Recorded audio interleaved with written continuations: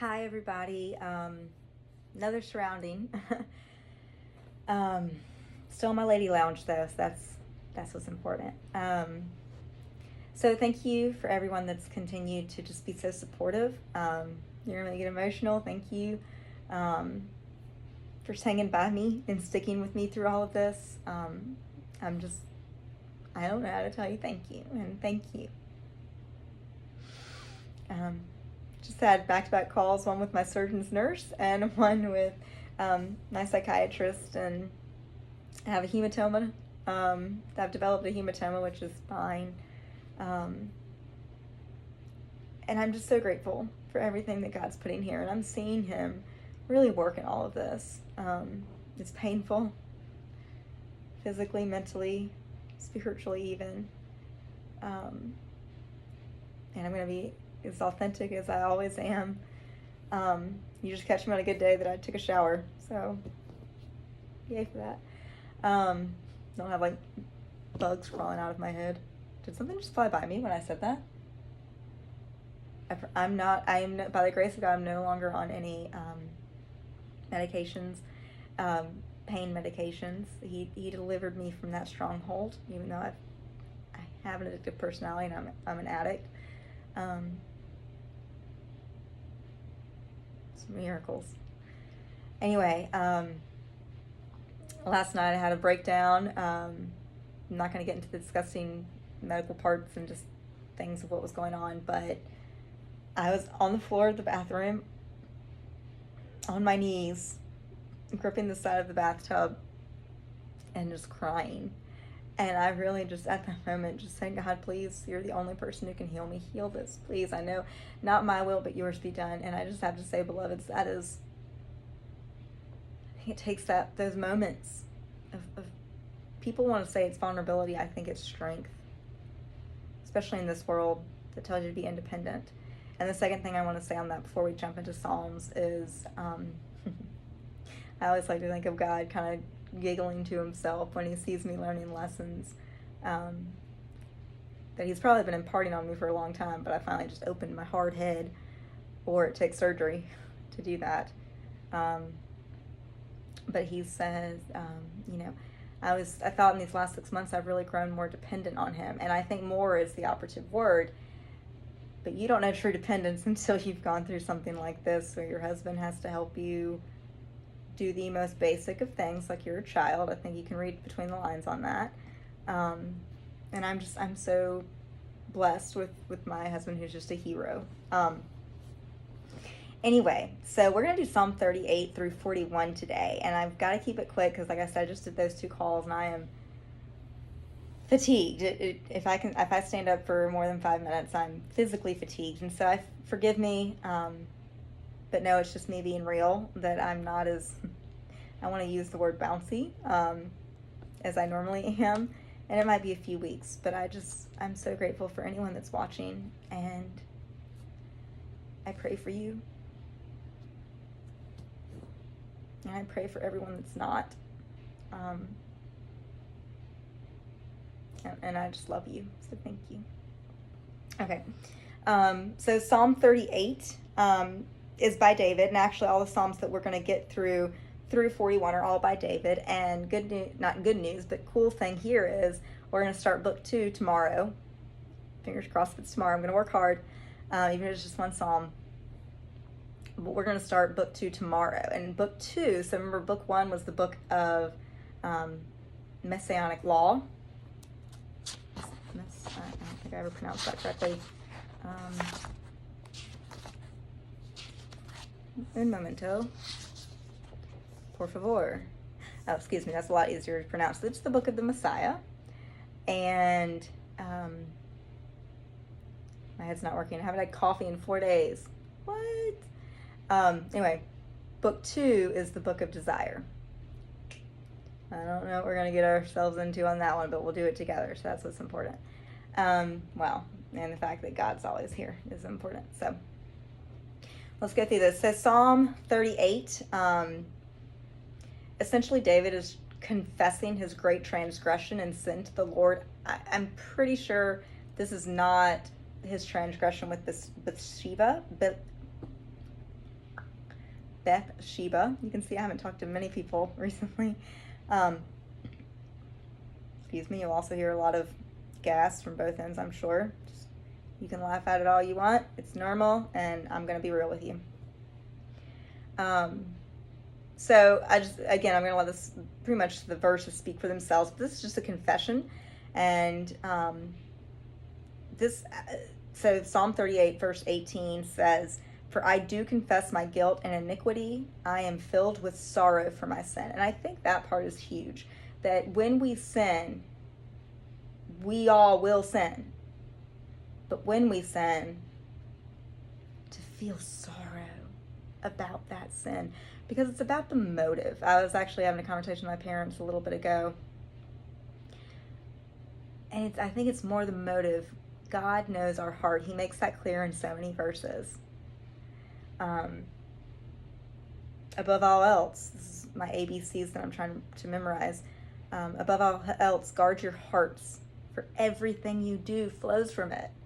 And it's all about that motive behind what you do. And so to have sorrow once you realize what you've done, as opposed to going into it and saying, like, I'll just ask for forgiveness later, it's easier.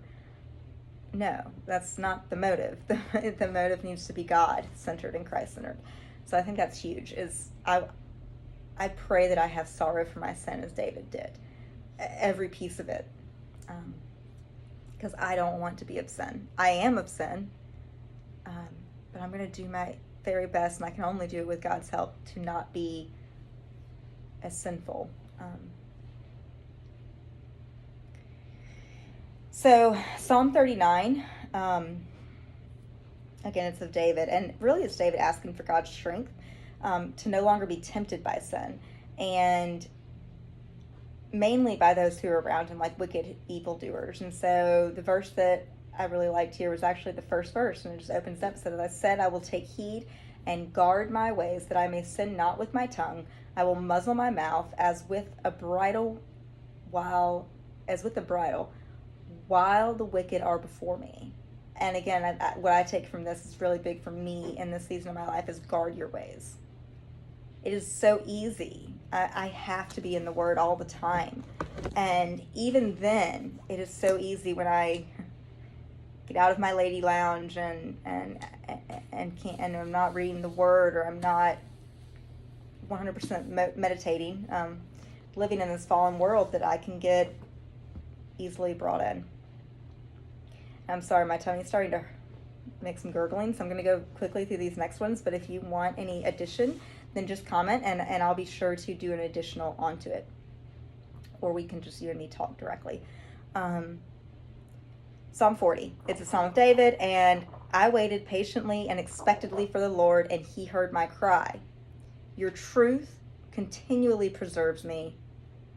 And this one I really liked. He said, as for me, I am poor and needy, yet the Lord takes thought and plans for me. You are my help. You are my deliverer.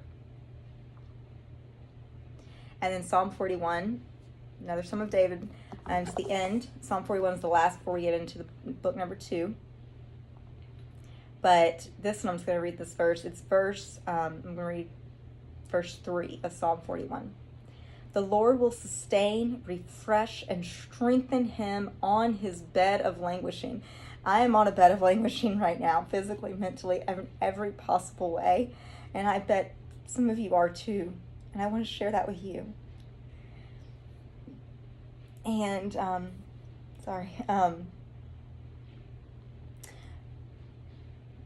the Lord will sustain, refresh, and strengthen you, or strengthen him that is on his bed of languishing, all his bed. So everything that's in that languishing, be it physical, be it gas and all kinds of not fun poop stuff. Maybe if you're in chemo treatments right now, I pray for you. But he will sustain, refresh, and strengthen you in your bed of languishing. And everything is in that bed of languishing. The mental part of it. God, I hate myself right now because I can't help my husband, or I'm such an active person I can't even stand up for 5 minutes without having to lay down. All that stuff, he knows, he understands. and all of his bed, you, O Lord, will turn, change, and transform. And I speak that into my house right now, because I have a lot of nasty, sometimes reels that pop up that the enemy will bring back from my past. And just, I speak that into my house right now. I speak this into your house right now. And me raising my voice is big. I'm starting to get breathless. But the Lord will sustain, refresh, and strengthen him on his bed of languishing. All his bed. You, O Lord, will turn, change, and transform in his illness. Beloved, you didn't need to have surgery to be ill. You didn't need to have COVID to be ill. There are so many ways of being ill, and I can tell you I've been a prisoner of my mind before I was a prisoner of any physical. That is an illness.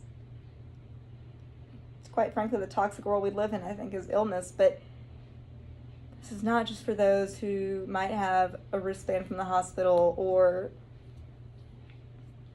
a disease that's been diagnosed. I don't know why I said that, because every disease is very important, so I'm so sorry. But a disease that's been or that has not been diagnosed. You, O Lord, will turn, change, transform everything in that bed of languishing in this illness. And I leave you with that. And I love you so much.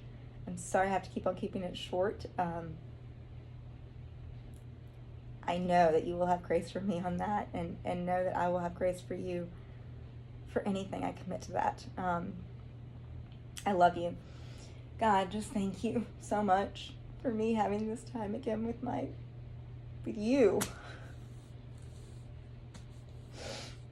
And anyone that's watching, please be with each person in whatever illness that they're working with right now, be it illness of a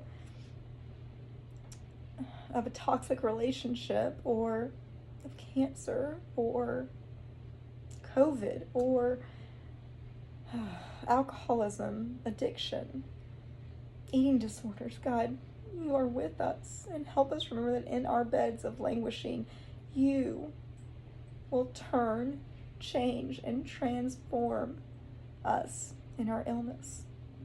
I love you so much, and thank you. Thank you.